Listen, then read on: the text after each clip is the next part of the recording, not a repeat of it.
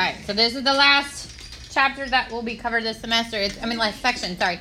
It's called chapter 5, section 4, the triangle midsegment theorem. So you're going to learn one more type of segment and then one thing about it, and then that's it. You're done. Yeah, right? Okay, so the midsegment is a segment that connects the midpoints of two sides of a triangle. Every triangle has 3 midsegments, just like it has 3 perpendicular bisectors, 3 angle bisectors, 3, all that stuff, okay? And where they meet, what they form, they don't meet at a single point like everything else. What they form is called the midsegment triangle. So in that diagram there, all those little red lines are midsegments because each red line connects 2 midpoints. And then the triangle formed by that, all those midsegments, is just called the midsegment triangle.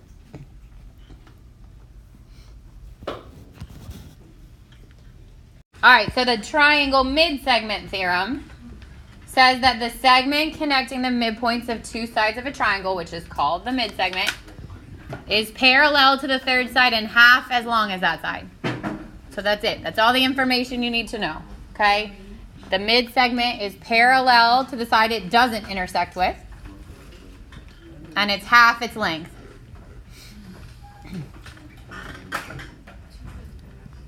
So in this diagram, only one midsegment is drawn. It's DE. So I can say that DE is parallel to AC, and DE is 1/2 the length of AC. Or vice versa, AC would be 2 times DE. I don't understand. What does it mean by that?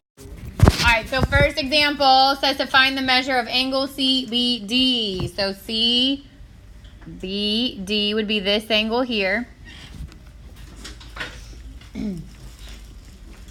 So what do we know about the angles in these? One, they're triangles, obviously, right? But if there's parallel lines, so if this is parallel to this, then there's also relationships as far as your angles go, right? So you've got 2 transversals there. So the only angle measurement you get is 26, which is here.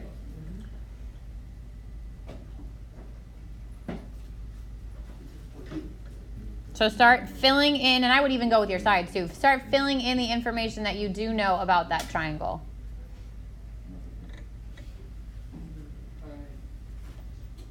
That 26 should be.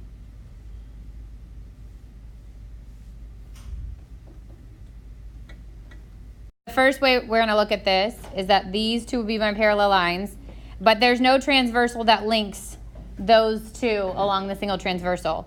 So then look for your other pair of parallel lines. So every midsegment is parallel to the third side of that triangle. So if I rotate this, that means that these are also parallel, and this is a transversal. So by looking at that, what's the relationship between the angle we're looking for and the angle that you're given?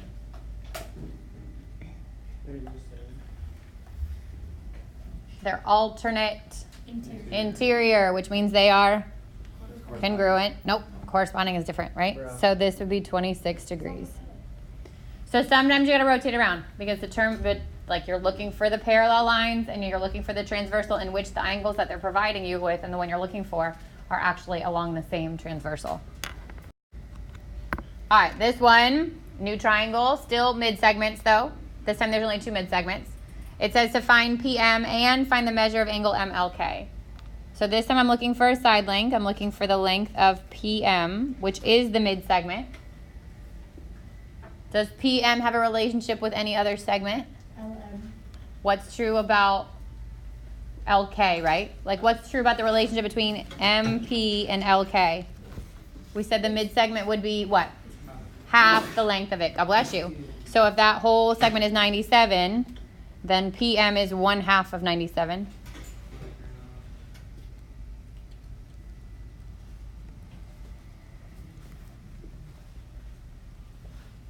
Wait, no, 40. Where are we going next? 48.5. The second part of this is looking for the angle. So MLK is here. MLK is this angle here. So the one they give you is 102. What's true about the relationship between 102 and MLK? These are now parallel, right? And here's my transversal. Oh, so L would be 102? Yep, good. What's it called? What's the relationship? Corresponding, good.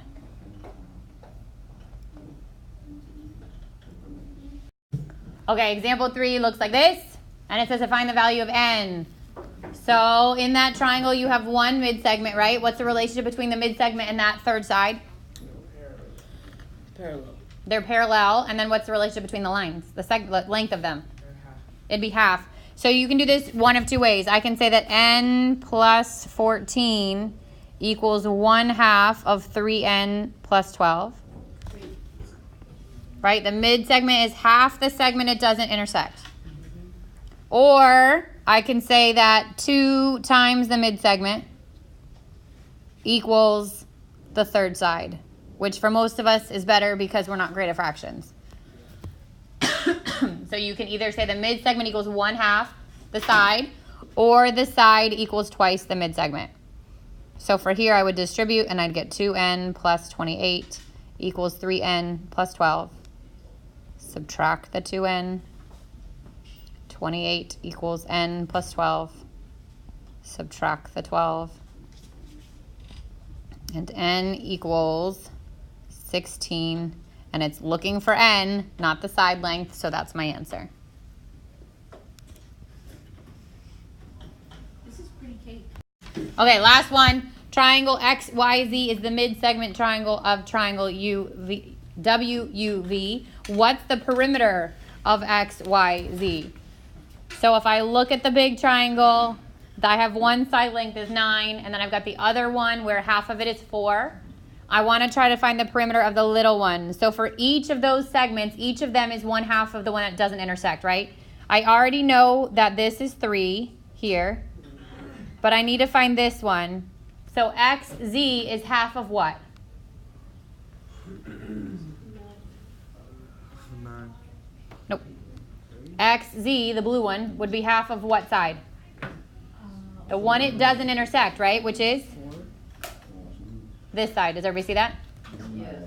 So if this is 4, what else do I know?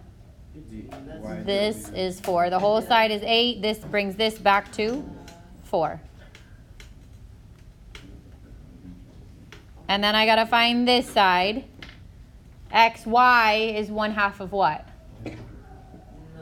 The 9. So this would be, God bless you, Thank you. 4.5. So then I just have to add 4.5 plus 4 plus 3. And I get 11.5. What does it mean by oh? Good? Yeah? Questions?